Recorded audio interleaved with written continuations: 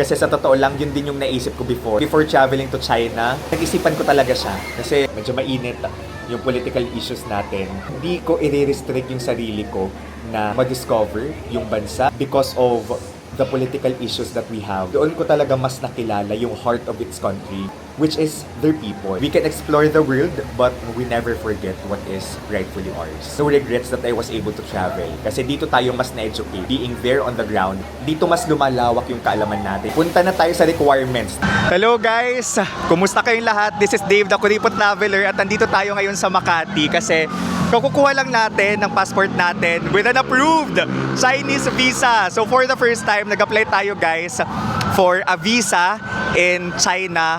And yes, magbe-Beijing tayo, magsa-Shanghai. And for today's video, i-share ko sa inyo yung naging process natin, yung mga naging requirements para aware din kayo kung saan kayo magsa-start, anong mga dapat yung i-prepare kung mag-apply kayo for Chinese visa. Dati ko pa talaga gusto mag-China kasi nakita ko sa photos, videos ng friends ko na nakapag-China na ang ganda. Very rich in history, very rich in culture. Nasa bucket list ko rin, makumpleto yung 7 wonders of the world. Sharing, in this lifetime.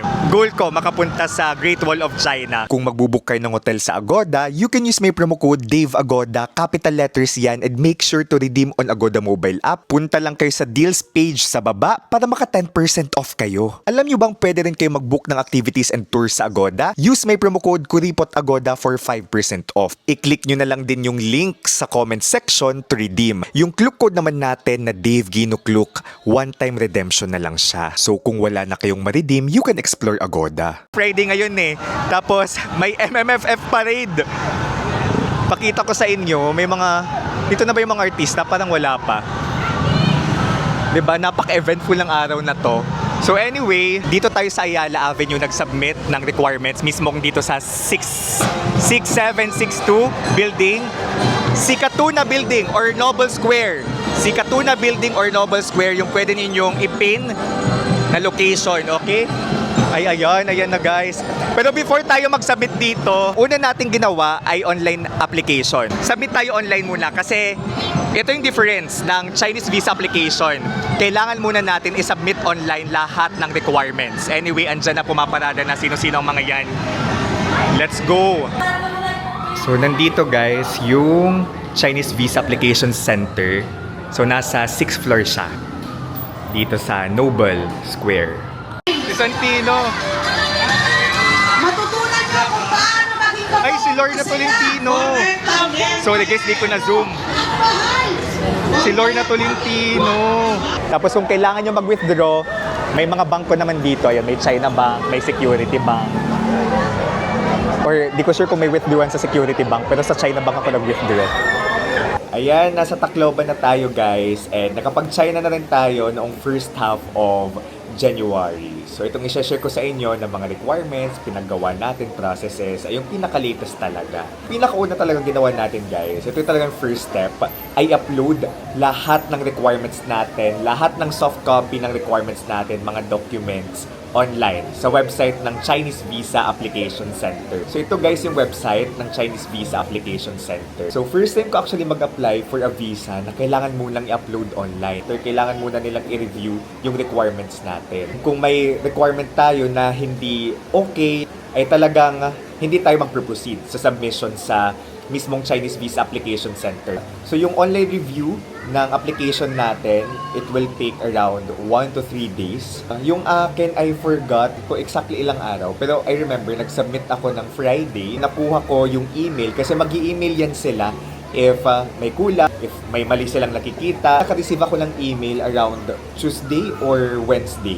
Tinatry kong i-check yung spam messages ko pero wala na. Nawala na siya doon. So usually mag-a-appear siya sa spam messages. Kung wala sa primary email ninyo or sa update, always check your spam messages. Guys, napakaganda ng China. Wait pala, before ako mag-proceed sa mga requirements na in-upload ko, ganda ng China. Nagulat ako sa ganda niya. So actually, nasa top favorite travel experiences ko na yung experience ko sa China. Sa totoo lang, nakakuha ako ng different comments about going there, diba? Kasi medyo mainit yung political issues natin with China. Completely condemn yung pabubuli ng China sa atin. Pero at the same time, we can travel na hindi nako-compromise yung stand natin. Pwede tayong mag-explore, discover the world.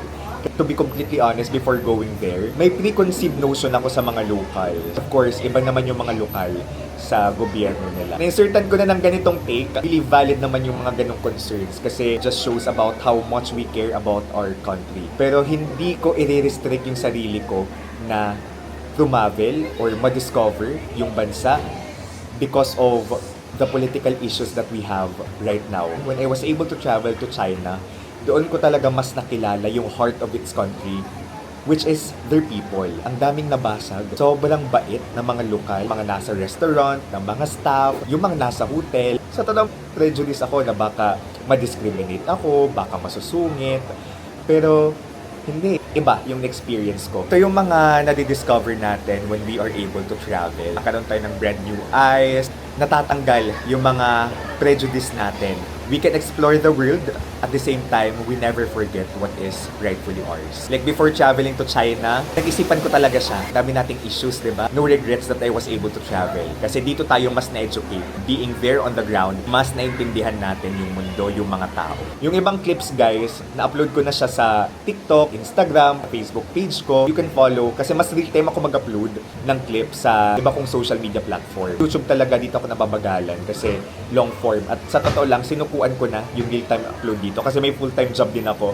So ito na lang for the sake of memories kaya ako nag-upload ng vlog. And ito for the sake of information. Sa Visa Application Center pala, guys, mabilis lang tayo doon. Nagpunta ko doon 8:15 and then natapos ako mga 9:25. Nagsasearch sila mag-accept ng application ng 9 a.m. Kung gusto yung matapos ng maaga, ako kasi may work pa ako that day. It was Monday. Nagpunta ako before 9 a.m. talaga. Tapos mga 25 minutes lang tayo sa Visa Application Center. Ay wait, yung submission pala, I think 9 a.m. to 3 p.m. Yung single visa fee ay nasa 2,898 pesos. I submitted the physical copies, may documents. Monday, Thursday, pwede na siyang makuha. Malalaman nyo agad pag masubmit nyo sa Visa Application Center kung kailan nyo siya pwede makuha. Bigyan kayo ng staff kung kailan nyo siya pwede makuha. Yun na rin yung sasabit ninyo kapag kunin ninyo yung passport ninyo. Monday, nagsabit tayo ng physical copy. Thursday, pwede ko na siya makuha. So, until 4 p.m. lang yung claiming ng visa tapos passport. Pasok pala natin sa China, guys. Beijing, labas natin ay Shanghai. Nag-bullet train lang tayo. Punta na tayo sa requirements na in-upload ko online. So, unang-una, passport. Pinicturean ko lang actually yung passport ko. Dapat, passport nyo ay valid pa more than 6 months. 2 pieces of blank visa page. Alright? Dapat may blank page pa yung passport ninyo. Mismong passport natin, isasubmit natin sa Visa Application Center. A photocopy of the passport, kailangan yung isubmit yan. Yung data page lang naman, yung pinotocopy ko, includes photo, personal information, and yung signature page. So aside from the mismong passport, kailangan din natin magsubmit ng photocopy. Visa application form and photo. Online, doon na rin tayo mag-fill out ng visa application form. Mahaba-haba yung fill outan natin dyan. Just make sure it's truthful. Less hassle na rin naman siya after kung ma-approve sa online kasi yung visa application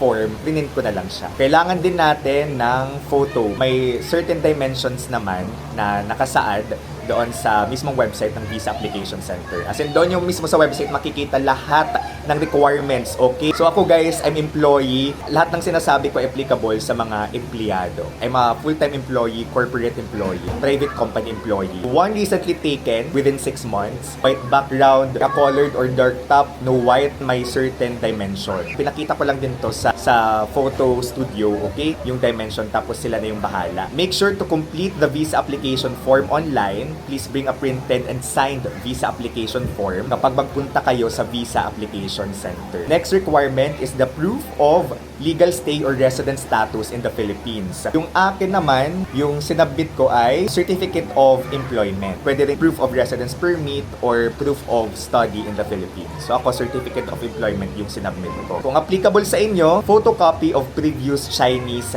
visas. Alright? Ako hindi siya applicable sa akin kasi first time ko mag-apply. Ito, guys, requirement siya. Kailangan natin mag-submit ng travel itinerary. Mga gagawin ninyo sa China. Sa totoo lang, I used AI. Maging smart tayo pagdating sa mga ganito. I used AI for my itinerary for this. Helpful, to be honest, yung AI. Lalo na nung nasa China ako. Para ko siyang naging travel companion. Yung language barrier, it was real. Pero may mga nakapag-English naman. Pero sobrang konti lang. Travel itinerary, tapos reservation ng round-trip flight ticket ticket papuntang Beijing. Yung binook ko guys ay Vietnam Air kasi yun na lang talaga yung mura. Nasa 13,000 actually binayad ko. May layover sa Hanoi. Yung flight ko ay nasa 5 a.m. Dumating ako sa China around 2 p.m.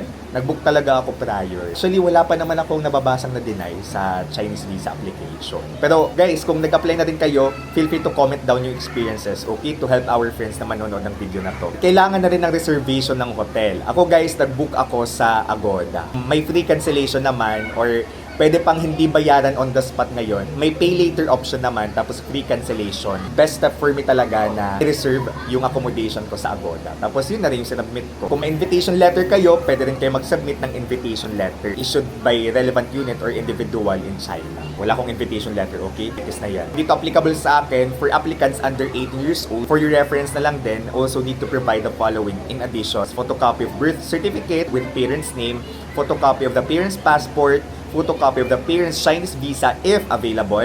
A consent letter demonstrates with the applicant's permission to travel. Ay, may ganun pa. Consent letter from every parent who is not accompanying them on a trip. Kung hindi kasama yung parent, kailangan may consent letter. So, ito applicable na talaga to sa akin. Ito na talaga mismong sinabit ko. Bank certificate and bank statement. Nagsubmit ako nito guys, alongside the receipt. Covered 6 months. Ako yung sinabit ko guys, BDO. Hindi ko sure if tinatanggap yung digital banks, pero ako I submitted my BDO. Within the day, nakuha ko lang din naman siya. Nakasulat dito BIR stamp income tax return, pero sa totoo lang sinabit ko ay wala namang physical na BIR stamp. Business registration certificate, applicable to kung kayo ay business owner. And professional ID, I submitted my company ID. Kung student kayo, submit your student ID. So ito ay kung applicable. And other relevant documents for supporting the applicant's travel to China. Pero ito, wala na. Wala na akong sinabit dito. May nabasa ko guys kasi in-upload ko sa TikTok yung short form video ko on my visa application. Walang ITR, pwede daw kayo mag-submit ng explanation letter. Guys, wala silang naka-indicate na certain amount. Minsan nagtatanong, magkanong show money, magkanong dapat na ilaan natin. Pero guys, walang ganun na declaration si application center. Yung standard ko naman, it's either Japan or Korea sa mga ganitong bansa na kailangan ng visa application. At least, kumbaga, kung 8 days ako, dapat may 80,000 ako sa bank account. Binabudget ko per day ay 10,000